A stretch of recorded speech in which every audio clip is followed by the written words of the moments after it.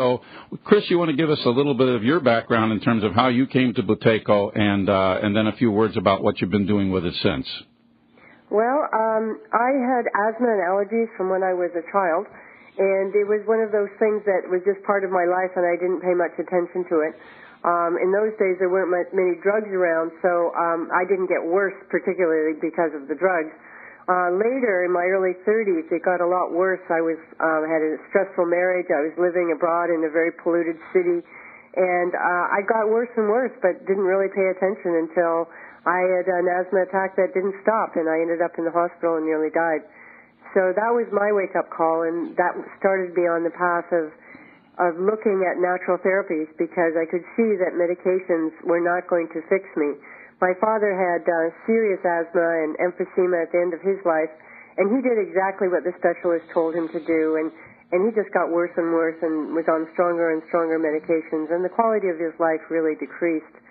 So he was kind of my inspiration for all this, and I tried a lot of things. I changed my diet, I tried Chinese medicine and yoga, shiatsu, acupuncture, and they all helped, but I was still on lots of drugs and still very much aware of my asthma.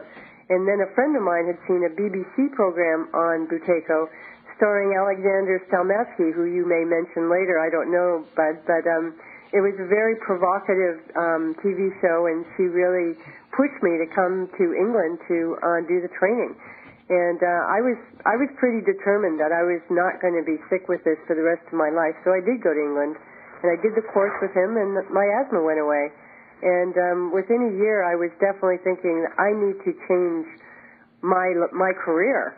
And so I went to New Zealand with Jennifer and Russell Stark, and I did the training there to become a Buteyko educator. And I came back to Canada, which is where I live, and I started teaching it in 2000, and that's what I've been doing ever since. Well, thanks, Chris. That's a wonderful introduction. And maybe you could mention a couple of some sort of, I don't know what to call them, cases that would sort of pop people's eyes. Yours is big enough because you almost died from asthma. And so maybe you have a couple of cases that you might, of clients that you worked with that you might want to star here. Oh, gosh. I could be going on for several hours here, but that's a dangerous thing to ask me here. Just a couple. I'm going to have Robert mention a few himself. Right. Well, the one I just mentioned, of course, was about asthma. By the way, my allergies went away as well. I'd like to mention a couple of others. One is someone who had sleep apnea, and they absolutely could not tolerate the CPAP machine, and they were exhausted. And they just were really at their wits' end as to what to do. And in parts of Canada, in particular jobs that you have, if you have sleep apnea and you're not on a CPAP machine, they can take away your driver's license. So it was pretty serious for this person, and absolutely determined, which is important. You need to be very committed to doing the breathing exercises. So he went ahead and did them with me, and he saw results really fast. I was very surprised because he'd had sleep apnea for a long time. So I thought it would be a couple of months before he saw significant change. But within the first few days, he was really feeling better. And he did very, very well and has very little sleep apnea now. It would be classified as mild. And he doesn't need the CPAP, and he's very happy with that. Another one that is a bit of a heartbreaker because of the where this young woman could have gone and fortunately didn't.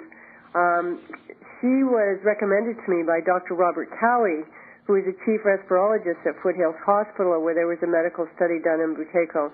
And she was having terrible, terrible panic attacks in the summertime. And she'd been to her doctor, and he wanted to give her tranquilizers, and her mother was a nurse, and she was really freaked out about that because she knew how powerful these medications can be and how they can be addictive. But in the meantime, she wasn't sleeping, she wasn't eating, she would be triggered by all kinds of things, and she was going back to school, and somehow she had to go to school. I was on the East Coast at the time, and so I was trying to work with her on the phone, which was so difficult. You really need the person in front of you.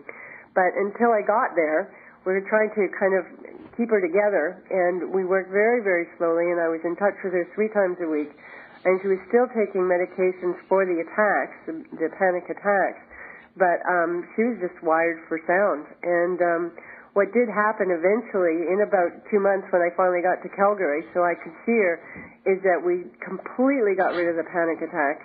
And we came to realize that they had been triggered by her having a snowboarding accident when she was in Banff. And she had had a concussion the previous winter. And it had thrown off her breathing, and it had just gotten worse and worse until she was in this state where she actually thought that she was psychotic. And in other circumstances, she would have been on medications because that's what were being offered. And all that was wrong was her breathing.